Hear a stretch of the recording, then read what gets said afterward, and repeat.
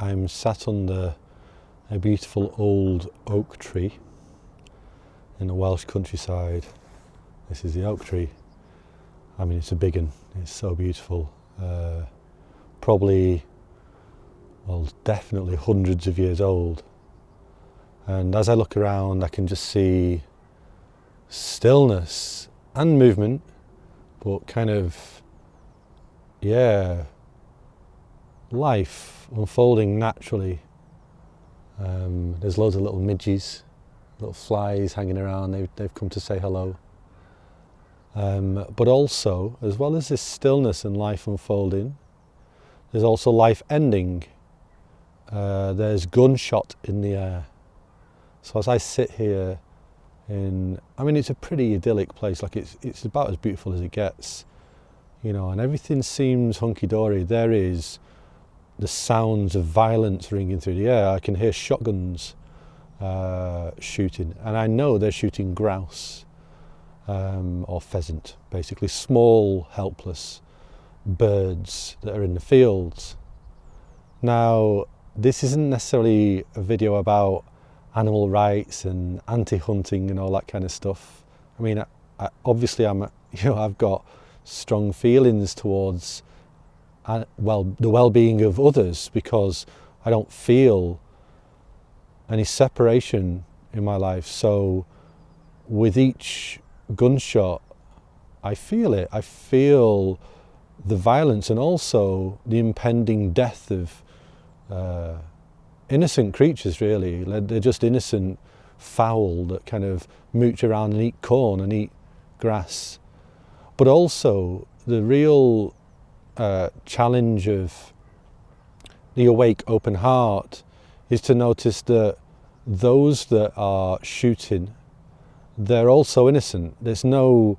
Nobody's at fault here.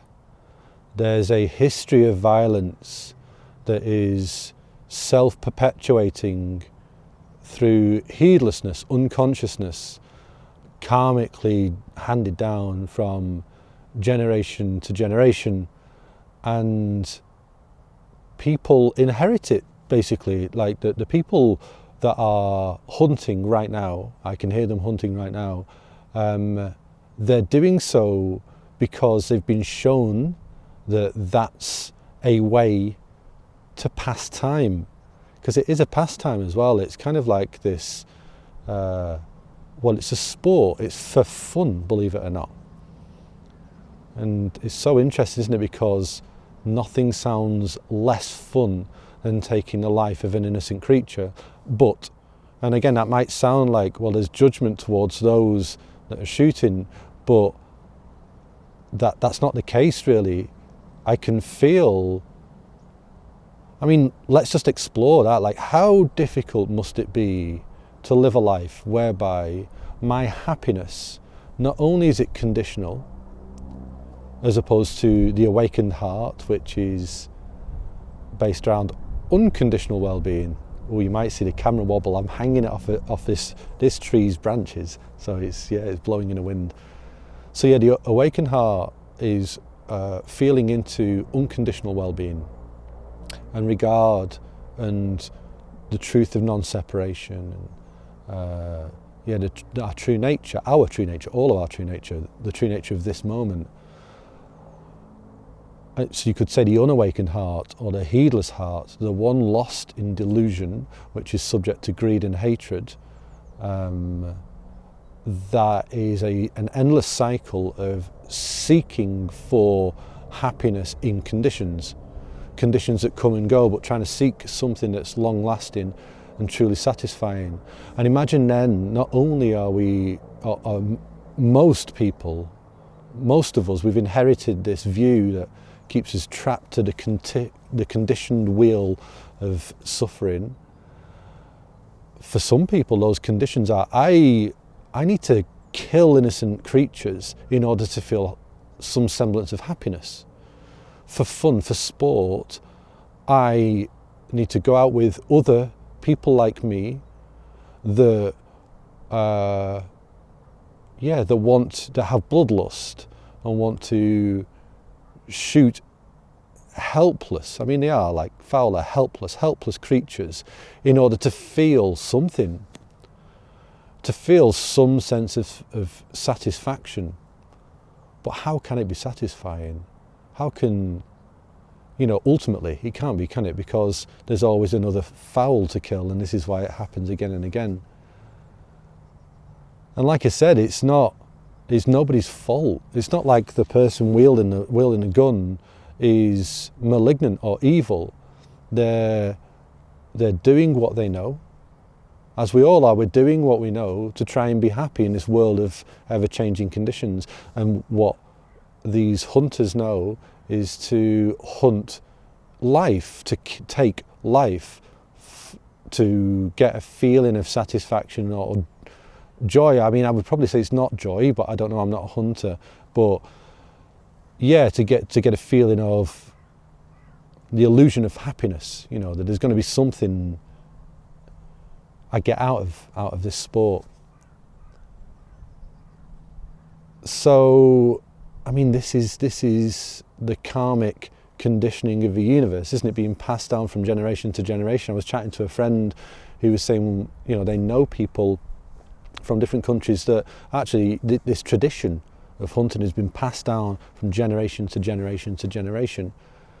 And it's just, well, someone else did it, and this is how they live their life, and they got something from it, so we'll pass it down. And it's just heedlessly inherited and then enacted upon, without any real consideration of the consequences of what they're doing, really. And it's difficult, isn't it? It's difficult to keep that open heart and hold those that are taking life in compassion as well.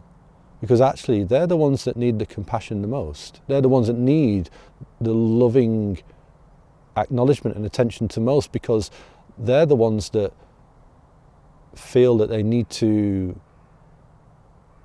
inflict violence on the world in order to be happy.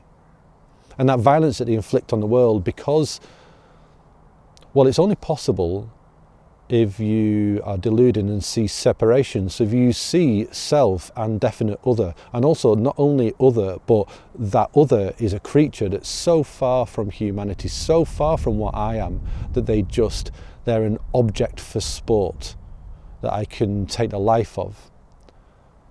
You can see how delusional that is in relation to the awakening process, which is the awakening to the truth that separation is mind created. It's only ever been in the mind, that there is no evidence of separation. And then, in fact, there's just this, and everything is of the same nature. We are of this nature. And then it can be seen really clearly that any violence I inflict on the world, I inflict upon myself. It's just felt really deeply in me that if I inflict violence on another person or another creature, that's taking arms against myself, really, which is, well, it binds me to suffering, obviously, because I'm mindlessly hurting what I truly am. So for me right now, I mean, the shooting's stopped now, which is quite nice. I hope some got away. But also, not only in this moment do I try and hold the innocent creatures that have been attacked and killed in my heart, I also hold those that are driven through a life of delusion, greed and hatred to seek satisfaction in the world by taking the life of others. And the only way that can be held with love is if the heart is open and not attached. As soon as I see it as a problem, try and fix it, or that they're an other that I need to have sympathy for, it's just not possible. It becomes, well, it's delusion in itself. So the invitation is for the heart to remain open, to accept the truth of what's going on right now, that there is this delusion in the world of, samsara, could call it, in the relative world, and actually that the only salve for that is loving, open-hearted connection. At least it's the only salve I've ever seen, the only remedy for that type of violence and hatred is love. So then the challenge is to love. Yeah, to love unanimously. To love without separation, without picking and choosing and this and that. To just love, to be in love with life. Anyway, some reflections on some of the things that I've noticed at the moment. Thanks for listening.